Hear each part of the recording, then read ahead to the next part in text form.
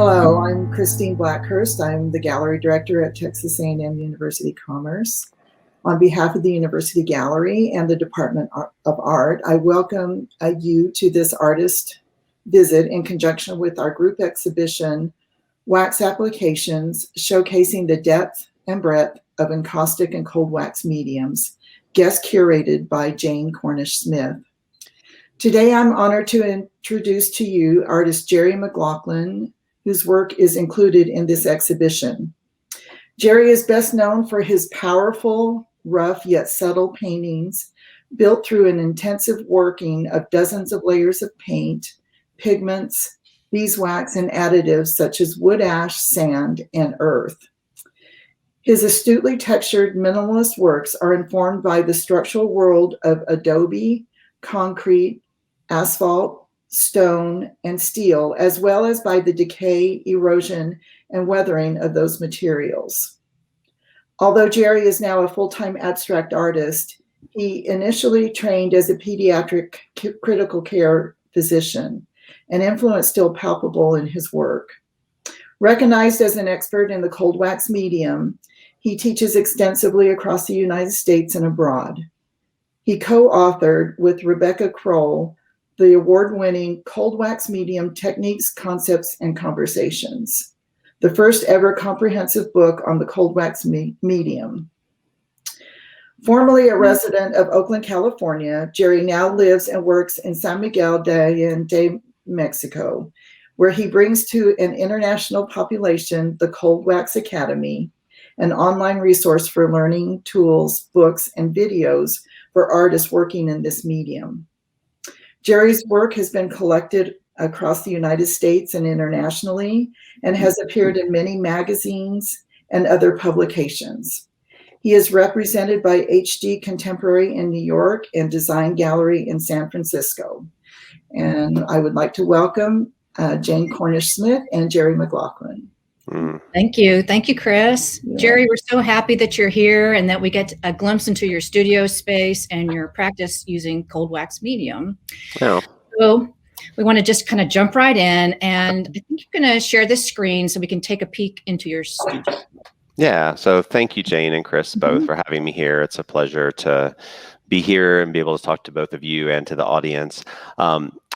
I live in a pretty rural part of Mexico, and so I don't have reliable internet in my studio. So what I'm going to do is take you on a video studio tour and just kind of tell you a little bit about my space. So let's take a look at that. So I was fortunate enough that when I moved here, I was able to work with an architect to have my studio designed. And this is my studio. I walk out my back door, and this is my studio. This is what it looks like. And then when we swing around and see the front of it, you'll probably recognize some of the shapes and shadows and lines that you might see in my work. So I'm definitely influenced by that. So here's my space. It's about 1,000 square feet, 900, 1,000 square feet. I have a lot of storage, but I use very basic things. These are just storage shelves from the Home Depot. I make my easel out of just a piece of plywood. This is an extra workspace that I keep, so if I want to do things like printmaking or water-based media or something, I can. And then here's my actual work area. This is where I spend all my time. And you can see all my supplies are there and laid out, and I have a lot of extras because I do teach, and so I store those. There's my little dog bed. She spends a lot of time in there with me, and I do have a sink to clean up. I like to have plants in there. This is my actual station, and you can see I'm pretty organized, much more organized in my studio than I am in my life, but clutter really bothers me. So this is where I actually mix and do my work, and that's just a glass tabletop from IKEA that cost about $25. I've had it for about 6 or 7 years. You can see all my brayers and squeegees and palette knives and all my paints kind of divided by colors. You see some brushes up there in the right-hand corner, but I rarely use those. And then this is just a view from the top down of my studio. There's my lighting and my roof and, you know, just a nice big open light space. I feel very, very fortunate to be able to come in here every day and do my work. And those two paintings, the one on the right I just finished this weekend, and the one that's on the easel is nearly done. I'll probably finish it today once we finish the interview. So. Oh, wow, that's a fantastic space. Great lighting. Thanks. It's the high windows, really, it doesn't interfere with your work, but it lets a lot of great light in. No, it interferes with my work. Oh, really? I guess when the sun's coming I, over. I have to chase the sun all day long. I'm having curtains made. I've had a couple paintings get a little melty. Yeah. Oh, wow. Well, it's beautiful. Looks so Thanks. organized. Do you find a certain time of day that's optimal for creating work? No, I don't paint at night very often, but I paint in the morning and afternoon. I paint long stretches. Sometimes I'll start at 9 or 10 and not finish until 5 or 6 in the evening sometimes. Oh, wow. That's a great discipline. That's amazing. Okay. Well, I believe now you have a video to share about some of your basics on cold wax medium, kind of a little bit for those of us who, well, I paint with it, but for those of the viewers that aren't used to it or don't know much about cold wax medium. And then you're going to go on into the making of a painting after that. Yeah. So I'm going to just show you some clips. So about 2, maybe going on 3 years ago now, my business partner and I, Rebecca Kroll, who I wrote the book with, we also put together a 7-hour instructional video for people who wanted to work with cold wax. And it's basically like what we would teach in a 5-day workshop. So I have clips from that show you really what cold wax is all about. And then in that video that we made, each of us takes a painting from beginning to end over about 45 minutes, a montage, but I'm going to collapse that down into about 5 minutes. So when you guys watch this, I just want to remind you, this is weeks of painting condensed into 5 minutes. So you get a sense, though, of what happens. So let me go ahead and share that.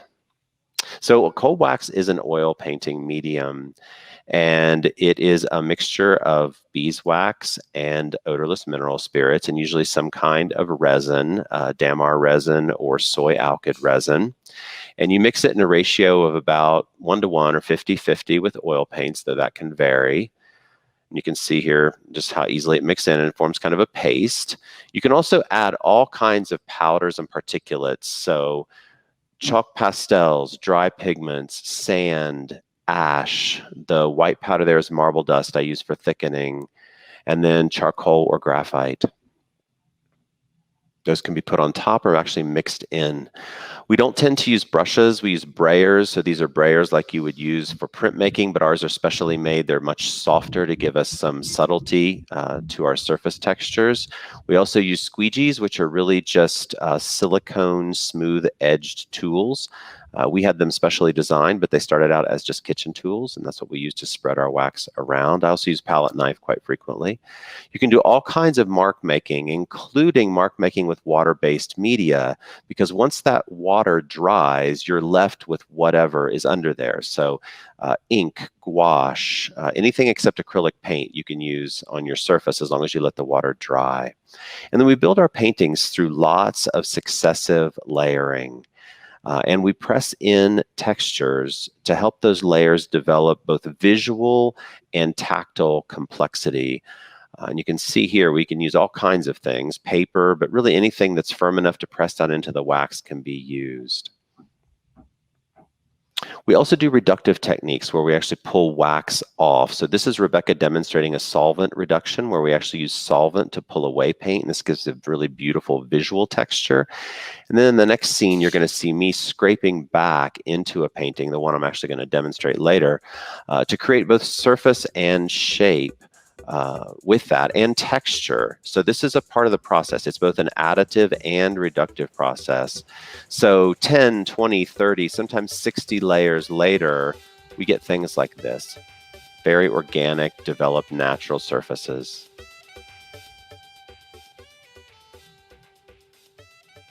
And you can see how tactile the surfaces can become. They can be quite physically textured, like a painting like this, or they can be more visual texture. And Rebecca's work tends to be more visual texture like this. This is actually quite smooth, although it appears rough. There's much more visual texture going on here. All right, so I'm going to pull up the video that shows the painting. Such a versatile medium.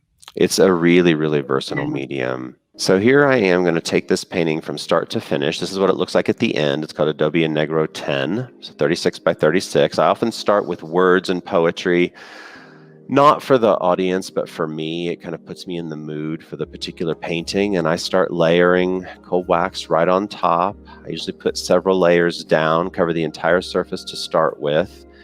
with 2 or 3 or 4 layers all over. This is all at a similar pace. And then I press in textures and start going. So what you're seeing right now occurred just one right after the other. And I would then start pressing in textures. And now you can see I've already started to divide space, do my composition. I continue to press textures in as I go. But what you're going to see is how organic a process this is for the way that I paint. This composition is evolving, the palette is evolving, but you'll see it change dramatically multiple times. I'm using a palette knife here. I'm using my brayer here, and you can see the kinds of textures and softness. Here I'm using my squeegee and putting on some transparent orange paint. You see some shapes and composition and structure evolving. And I often start with these very bold, bright colors, even though my work tends to be quite monochromatic and neutral in its final palette. I'll carve in some heavy textures sometimes to help create shape. So here I'm just using a bamboo skewer to create a diagonal shape. And we'll come back to this shape in just a minute, because that shape will persist even if it's just a textural element. And here I'm going to fill it. So I'm going to fill in those grooves. And it seems like through all of this that there's no point in it, that you're just covering everything up. But when you see these paintings in real life, you realize that the history that you're creating through all of this really does play a role in the final image. So here I'm moving the palette towards my final direction. It's becoming more neutral, more white and dark. And here I am scraping back again, that same shape that I worked on before. It's going through multiple iterations. So it's a process of finding and losing. I'll build a shape, destroy it, build it again, and I'll do that multiple times so that the shapes take on a very unique, interesting character that is each their own. My shapes tend to have their own textural personality because of this process that I do. You can see I'm going in again and scraping back areas that I just painted over. Because it does make a difference. There's no shortcut. If there's a shortcut, believe me, I would take it. But this is weeks of painting. This painting probably took me about 3 weeks of actual painting time. And what you're going to see is what looks like a fairly firm composition. And right as I was starting to wrap up, I just didn't like it. And you're going to see this painting take a fairly dramatic shift toward the end in its compositional structure.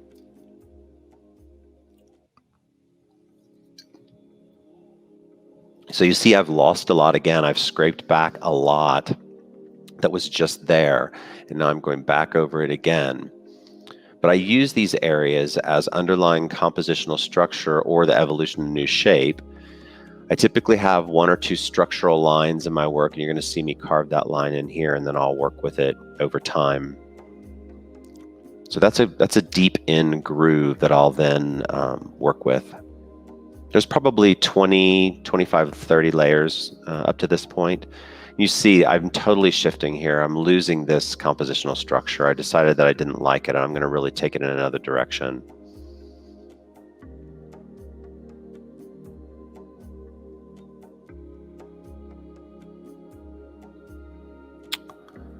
So there I've got some basic elements, and you can see now I've jumped in and I've said, you know what, none of this is working for me. I'm going to bring back some color, and I'm going to just shift this out into what feels right, because that just did not feel right, the direction it was going. And now I can see it starting to happen.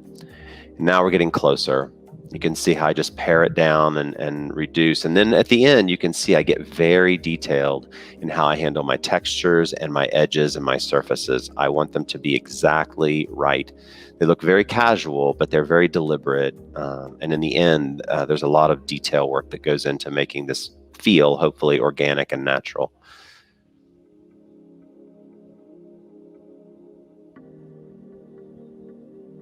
So some of this detail stuff can take me days at the end on a final piece because I have to let it firm up. So there's the final piece, what it actually evolved into. Wow. And that's it. So we'll come back to us. That's amazing. I mean, it's just the different iterations it took along the way, and all the reductive and additive techniques that the medium allows. I think it, like we touched on, it's so versatile.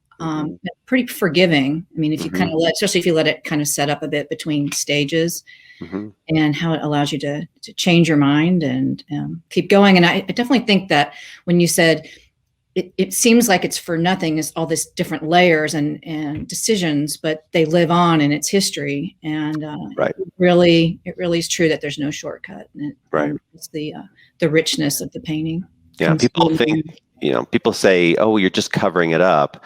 What people fail to realize usually until they've actually worked with it for a while is when you cover up, you're not really covering it up. I mean, you're not like laying a layer of asphalt over it and losing everything under it. If you've ever painted a wall from one color to the other, you realize sometimes it takes 2, 3, 4 coats of that new paint so that you don't see what's underneath. What's no different with oil painting. So if you just put down a coat, it doesn't just obliterate everything. There's a lot that persists, both visually and texturally. Right. Well, that is so cool. Do you find that the fact it helps to dry faster, correct? Since there's solvent in it, and that's one of the advantages. And any other advantages to the medium that you? Yeah, I mean, it dries a lot faster than traditional oils because of the wax and solvent combination. There's luminosity to it because the wax is translucent, so light moves in and out of the layers a lot differently. The fat over lean rules that you have to use with oil paints, I mean, frankly, I don't even know them, so there's just no concern with it at all. The other, what I think is the two most useful elements to it are its ability to build textures, its body. There's no other paint has body like that, and its workability. Acrylics are very fast drying, and once they're dry, they're pretty much there, unless you want to take like a electric sander or something to them. And oil paints are weeks, months later, and this is in that sweet spot. So I can come back and even 1, 2, 3, 4, 5 days later, I can get back into a painting and make some significant changes, and those changes create a certain effect that you couldn't get if it wasn't firmed up and layered in the way that it was. So you learn to manipulate that malleability and flexibility in the drying time. Right. And it's just fun to work with. It's very fun. Well, cool. I wanted to ask a few questions about more about your practice and ultimately the universality of your paintings. How did you develop your teaching style? Well, I've been teaching for a long, long time. I started tutoring in college and medical school. And then once you start into residency and then your fellowship and then you're attending, you're always teaching people who are, junior to you, so have less experience. So you learn to tailor where they are. You're teaching to where they are. And in addition, they're adult learners, they're not children. And that's a very different approach. And when I did my fellowship, my research and area outside of medicine that I focused on was actually adult education. So I think I developed my style probably through college, medical school, residency, and fellowship. But I became more educated about adult education when I was in my fellowship. And I take those kinds of approaches into teaching art. There's a lot of layers to education, including kinesthetic learning. So people physically have to do things in the field that I did. You have to do procedures. Well, you have to teach people how to do those procedures. It's like playing an instrument or something. And it's the same with painting. There's lots of layers of learning. There's conceptual, kinesthetic, compositional, all kinds of things. And so you start to approach those in different ways. There's no universal approach, and you hopefully tease apart where people are in each area and then try to focus on what they need to grow so that holistically it all comes together and they're better painters, hopefully, ideally. And in your past practice in medicine, which we'll talk about in a minute, you have to convey that information clearly, because it's so important. So, and you've taken that through into the visual art practice. So has it changed, you think, teaching online versus in person with the pandemic? Yeah, absolutely. I mean, I love teaching live workshops because I can go table to table and look right over somebody's shoulder and see in great detail how they're holding their tools, how they're using their tools. I can actually hold their hand or their tool with them if I need to. and you get that one-on-one, and that's really, really hard to do. I mean, I do individual mentoring and stuff, but it's really tough to watch somebody paint and teach somebody paint in the moment. It tends to be more video, and then you go do your thing and then come back. So the minute-to-minute learning transactions are a little tougher. It's tough. It's a tendency to want to do, well, right here, Right, exactly. on your screen. And it's like, it's useless. Yeah. But it does have a broader reach, teaching online, which is one of the benefits. So I think it's been good. It's been a steep learning curve for so many of us, but that's great. Yeah. Do you have any tips or advice for studio practice? Yeah, a lot. I teach adult students, and many of them are, 40 or 50 plus, and they feel some urgency. So my very first thing is be patient. It takes time. There is no way around it. I don't care whether you're 12 or 82.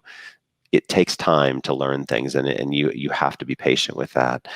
You need to paint a lot. There's no way around it. You can't talk about painting, look at painting. You have to make paintings, a lot of paintings, and to learn. You also need to practice. And this is something that it's like a personal pet peeve of mine. I meet so many artists, most artists, who feel like everything they do needs to be a painting. And I disagree with that. Musicians practice for a performance. Dancers practice for a performance. Athletes practice for games or matches. Why shouldn't painters practice painting to make a painting? When you put the pressure of everything you do being a painting, then you lose out on the opportunity to focus specifically on the learning aspect of it, and you get bogged down in the fact that it needs to be something at the end. And then, to me, the quality of both suffers. The learning suffers because you're distracted making the painting, and the painting suffers because you're distracted with the learning. So we deserve time for both. I also think that you need to play for discovery and experiment for discovery. That you can watch me, you can take workshops with me or any other artist, not just me, anybody, but you're going to discover your own personal style through just doing it and figuring out what you like, what you enjoy, not just what you enjoy visually, but what you enjoy physically. I make certain things in my painting because I like doing it.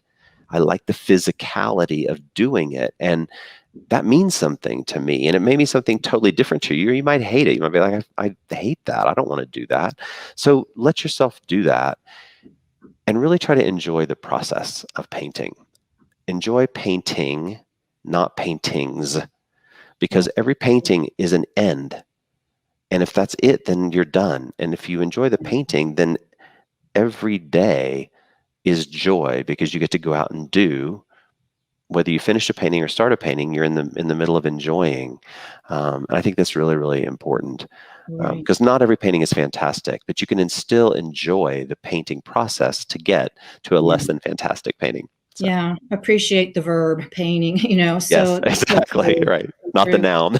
Yes. And I think your analogy to dancer or musician is spot on. It's just, hours practicing. And I think in my view, quantity will bring you quality. And, so good. Well said. You address the importance of shape, value, and texture in your book and teachings, as well as your imagery that you create. How do those elements manifest themselves in your work? Well, for me, when I think about non-representational abstract work, it usually, good paintings, good work, focuses on 2 or 3 of the main visual elements. So of value, line, texture, color, shape, 2 or 3 of those take the main stage and everything else is a supporting cast. It's really tough to have everything have equal weight because then nothing has any importance. There's kind of an equivalence. So my main 3 are shape, value, and texture. And my shapes and my values are fairly formal. I don't work with a lot of organic shape. I tend to use more geometric shapes. I use structural line, not expressive line. I use fairly limited value. I either tend to use high contrast, kind of light dark paintings, or I use a single value, so middle or dark usually. I rarely do all white paintings. And I do that in a formal way. I say this group of paintings is all black, or this group of paintings is all middle value gray. I have certain shapes. These are the shapes that I'm using. This is what I use. You're not going to see a circle appear in my work. It's just not there. So in that way, they're critical to the work. They are what the work is made of. But I'm also, despite my formality and my love of intellectual approach to a lot of things, I'm also a romantic at heart. And I love feeling and texture. Man, texture is such a special element because the other four elements, line, shape, color, and value, they are purely visual. We can't feel color. We can't, touch shape. Those things are physical, and that is texture. Texture is physical, excuse me. And our bodies are programmed to touch. We are covered head to toe, inside and out, with nerve endings to experience the world in a tactile way. And we feel a desire to touch people, things. When we eat, we like the feel of the food in our mouth. I mean, sexuality is touch-based in many ways. So for me, texture brings in an aspect of work into painting that a lot of paintings or painters don't use. They, kind of push texture to the side and focus on color or shape or line. And I use texture to bring in a sensual, physical, romantic aspect to what is otherwise fairly formal work if you really get down to it. So that's beautifully said. Yeah, it really brings in that emotive factor that some of the other elements don't.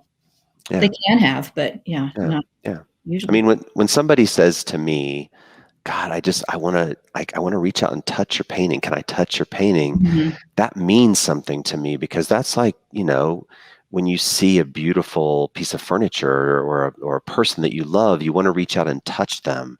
When somebody wants to reach out and touch your work, then it is speaking to them on some kind of level that is very deep and human. Yeah, that's a huge compliment. Well, along those same lines, I think you've got a video or some images to share on some of your past exhibits, or at a past exhibit. We'd love to see. Yeah. So I'm going to show you work that is basically a collection of the kind of direction that my work has evolved since I moved to Mexico, because it has become pretty committedly light and dark and a lot more focused on shape since I moved here, and I'm going to share that with you guys. So I'm calling this Surfaced, Structure, and Shadow, and these are works from 2018 to 2020. And I love Federico Garcia Lorca, his poetry, and this sentiment that he wrote once, that at the heart of all great art is essential melancholy, is something that I absolutely believe. It was something that Rothko and many of the mid-century action and expressionist painters believed. And certainly there's an essential melancholy to my work. So these are the original black and white paintings that really started my body of work here in Mexico. These are 20 by 20s, excuse me. And these two are the originals.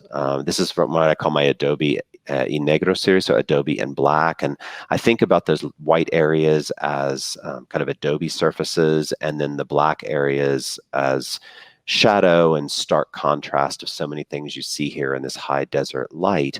And when I first came here to teach a workshop, I made these two paintings, and these two paintings started the series. I mean, I remember feeling it when I made these two. I was like, wow, this is something different. This is something important. And the work took off in this direction. This Adobe Negro 10, which is the one that you saw us make, this is one of the larger pieces, but again, you see a strong focus on geometric shape, structural line, extremes of light and dark value. These are not blacks or whites, but they're in that vein. And generally, one or two areas are scraped back fairly close to the surface of the panel. As I went further in this work, I started to notice the kind of crumbling and tension that would happen in a lot of the architecture here, and then a lot of rebar. And so line came in, and I started to think about the deformation of shape. So how do rectangles and things like that deform over time? And so what we see in these works are those same kinds of shapes. So we still see structural line, we see scraped back areas, we see rectangles, but they're deformed as if under some kind of pressure that I hope gives an interesting tension and energy to the pieces that's different than my more kind of stable shapes.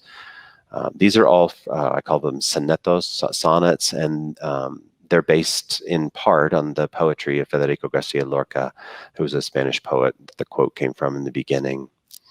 And I think that's it. So we'll come back to us here. Okay, beautiful.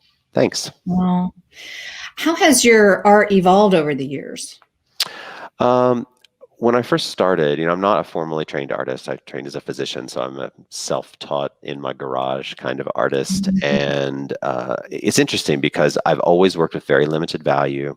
I've always worked with fairly limited shape, and texture has always been super important in my work. It just kind of was right to me. And in that way, I feel very fortunate because I didn't have to spend a lot of time, going through, is it line or color or all that. It was just kind of there. But I started with more just kind of that horizontal composition that a lot of people, start with, because it's a very, it works, it's stable, it's comfortable. And then I pressed into this kind of urban, really gritty, gray, highly textured paintings that had a lot of what I saw, because I always lived in cities for basically my whole adult life. I've lived in large urban areas like the Bay Area or Seattle. And elements of graffiti and surfaces that you would see in cities made their way into my work, even though I didn't really admit to myself that place impacted my work. And so I had a lot of those large pieces, highly textured, dark gray, where shape was driven by texture and value was very limited. Words and letters would appear in there because poetry has always been important to me. Graffiti was important to me. And then interspersed throughout there, what I saw, and I've discovered this looking back, I was making small experimental pieces, purposeful, where I was changing up my shapes, going to lighter and darker value, changing up edges.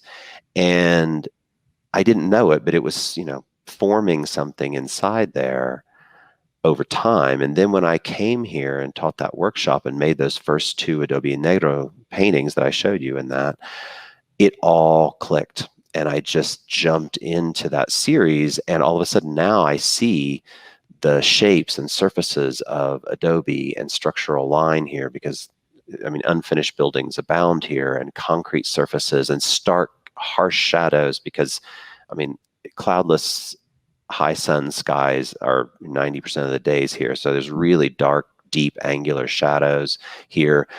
All the architecture is, very geometric here. Things aren't made out of wood. They're all made out of stone, concrete, things like that, Adobe.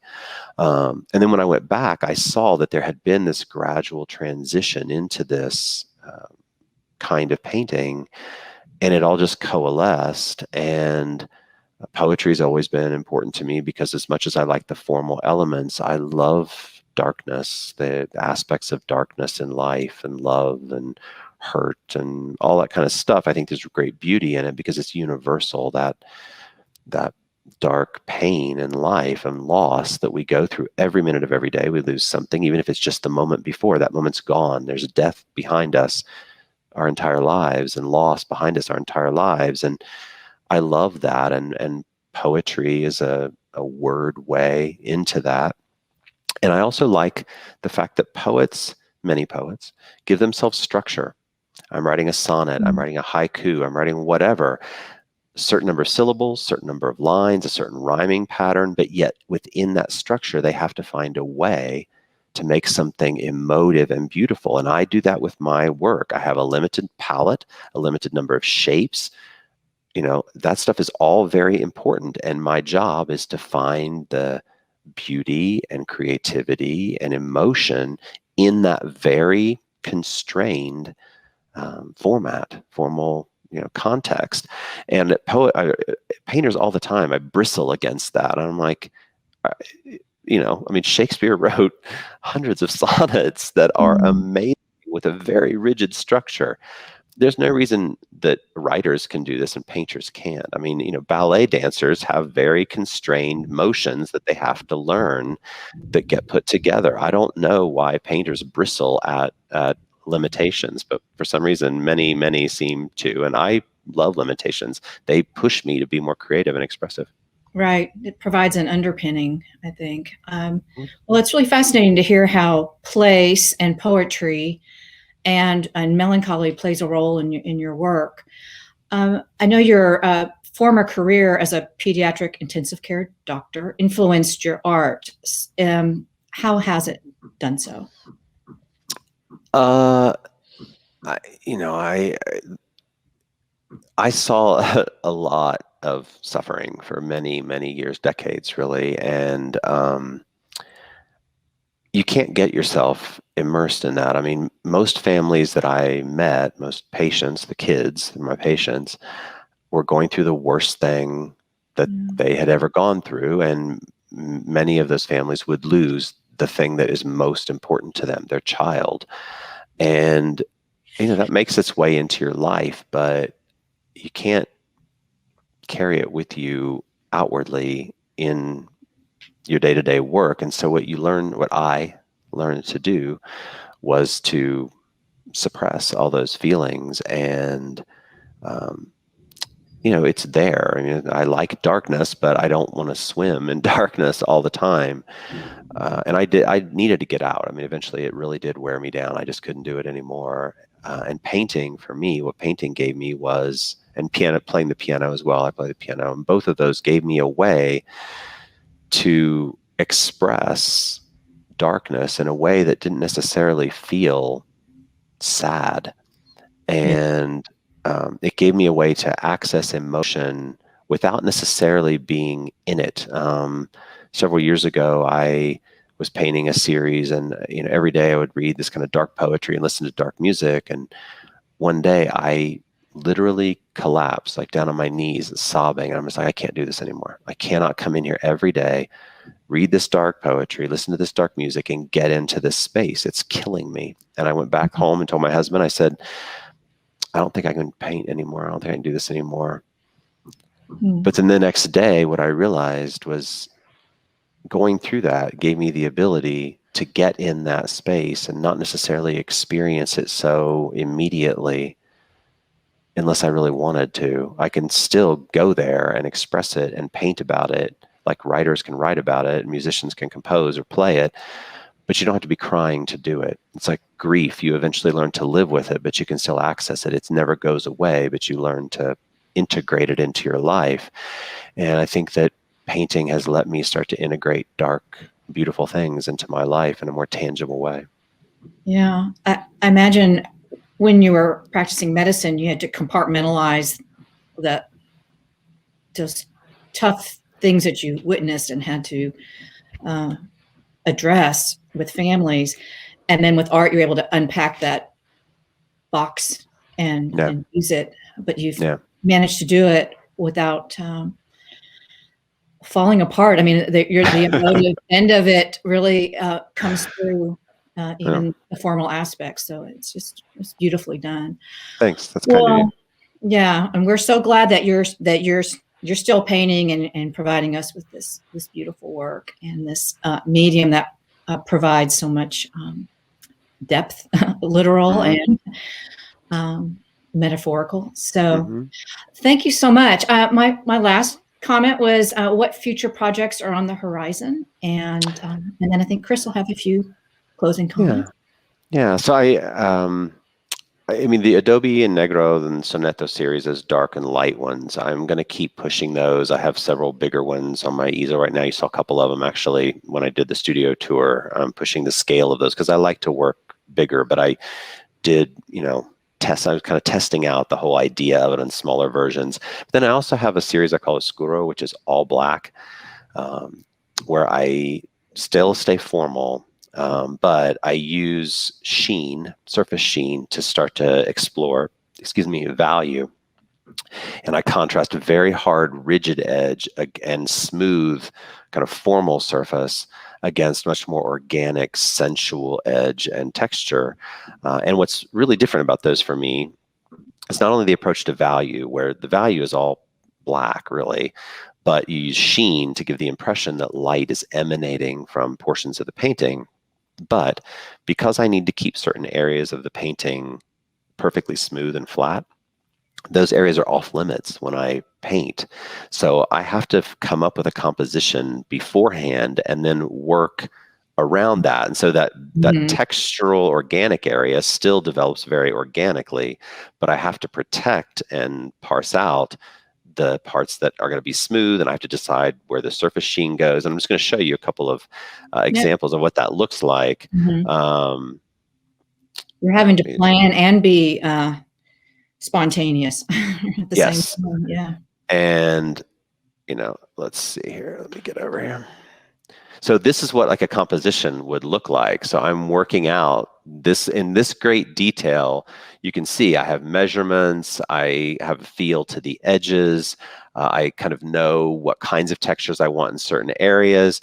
And then this is an example of two of them of what they look like in the end. So you can see that those smooth areas have to be protected, but then within the textural areas, I'm free to let those evolve into pretty much whatever I want. So I'm pursuing those further because I think that they're compelling to me because they have a formal aspect of exploration of value and light and surface and edge.